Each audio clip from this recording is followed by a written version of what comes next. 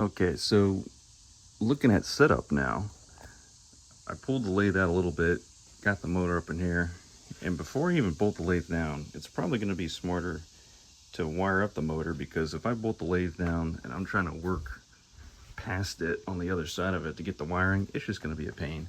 So, like I said, I took pictures, and I have 11/32 nuts I got to take off. I got to feed the wiring in through this Romex connector, and some of these just go onto these spade terminals here.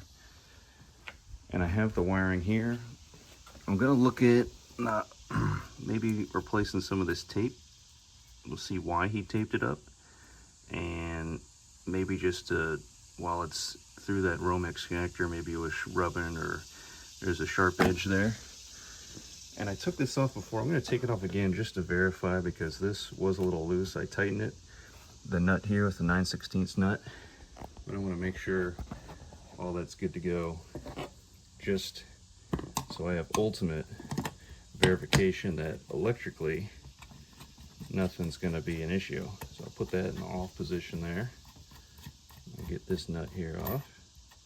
And these thin nuts can be a real pain sometimes, so you got to get your wrench on them as evenly as possible. If you're at even a slight angle or off, you might start to strip that out, or the wrench might slip. You might cut into the gouge into these threads if you're really not careful. So we'll just take a look here. Got to get all the setup. I looked at the belt. The guy said I should look into replacing the belt. I think I just want to get it up and running, but I definitely will be getting a belt here.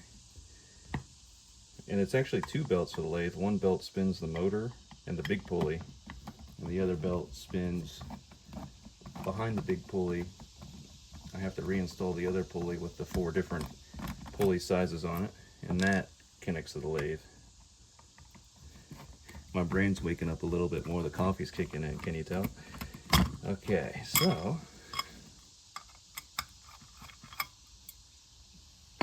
all right, here's what we got going on in here.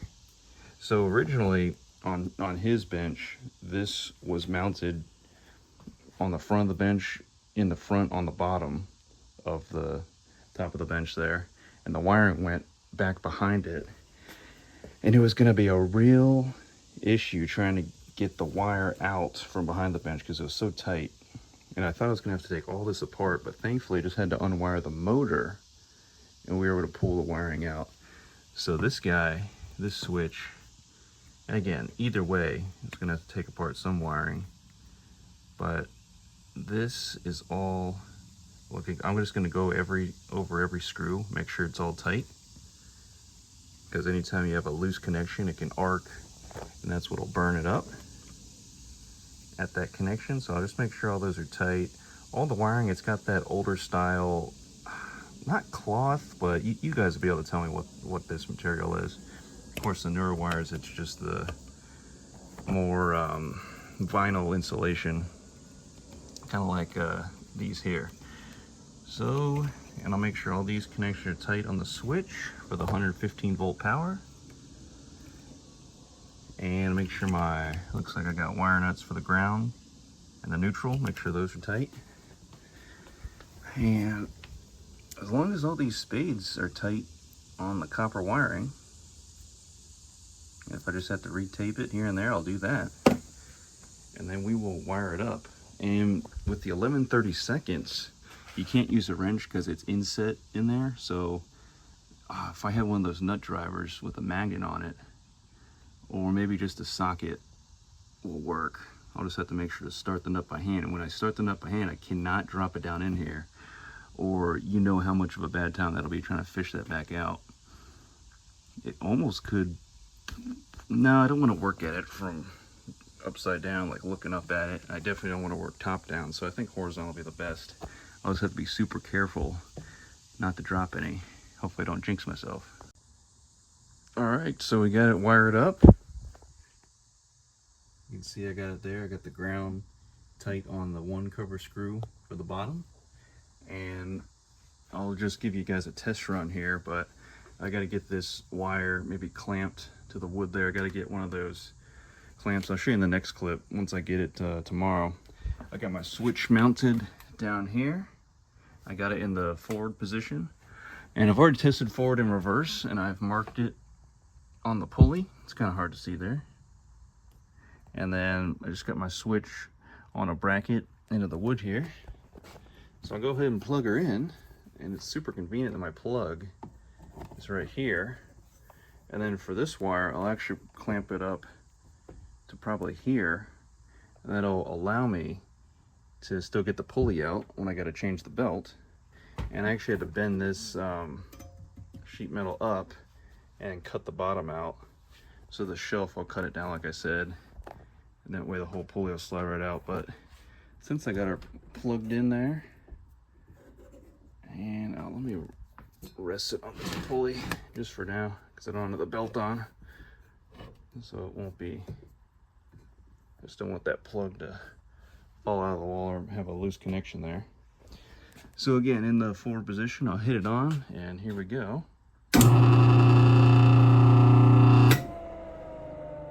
And we got power. We got a motor going. And this belt here, with the, what's my size? 4L 460 Browning. This is gonna go on the motor pulley to the big pulley. And then this whole thing slides out, and in this section here I can mount this guy in, and that's where this belt rides in one of these grooves to this groove. And I took these two covers off here, 1 and 2, and it looks like in order to change the belt here, I gotta get this assembly out and this assembly out, which looks like it means taking off the chuck and sliding the whole shaft out of there. So, but for now, I'm just going to get it up and running, and I have my sizes of what I need for belts, and I'll order new belts, and we'll change the belt in the future. But it's exciting today that I can get this thing up and running. Oh, and then after this, I will put the lathe where I want it in reference to the motor in this pulley for good belt tension, and then I'll mark where all the holes are, where I want them on the bench, drill the holes, tighten all the bolts so I can mount it, and then I can also work on leveling the bed here. So that's the next couple steps. I even got reference pictures as to how the lathe was set up on the guy's bench, and the piece de resistance, the chuck key, what I was looking for a while, because he gave me a lot of stuff, like I said. So I fast forwarded, I just had to go ahead and get it done. I mounted it all.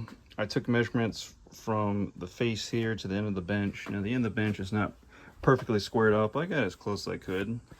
And I took a level and I sat it on the bed in a bunch of different places all the way down, and it is super close. Hello, check out the lathe. I'm about to give it a test run, and it's going on YouTube here. Isn't that exciting? I got my brass material.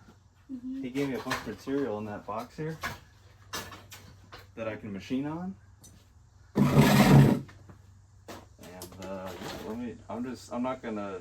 I still have to get some oil so I can oil the ports and get new belts, but I can at least test run it, see how it is. Yeah. This is what I've been working on today. How's your day been? Pretty good, I guess. What you been up to? I was just setting up my phone. Oh, nice. Okay. What kind of phone? iPhone. iPhone. What number? It's an iPod, but also has all the features of the iPhone too. Oh, that's neat. It's a 6. A 6. All right. That's solid. Okay. That is plugged in. Plug is kind of wonky, but that's tight. My chuck key is out, and I have it in the forward rotation. So if I flip this switch, hopefully it works.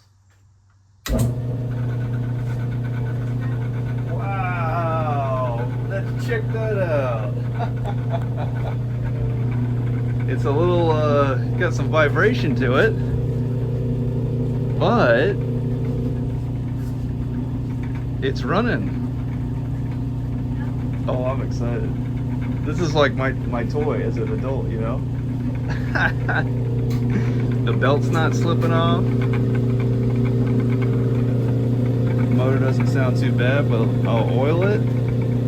Okay, very good. All right. How's that metal baton set going? The metal baton set, Did you finish it yet? I need to do one more piece. And now that I have this lathe, I can machine my robber piece. Oh, And then I should be done. nice. All right. You want to say anything to YouTube? I don't know. I'll just say thanks for watching. We'll see you in the next one.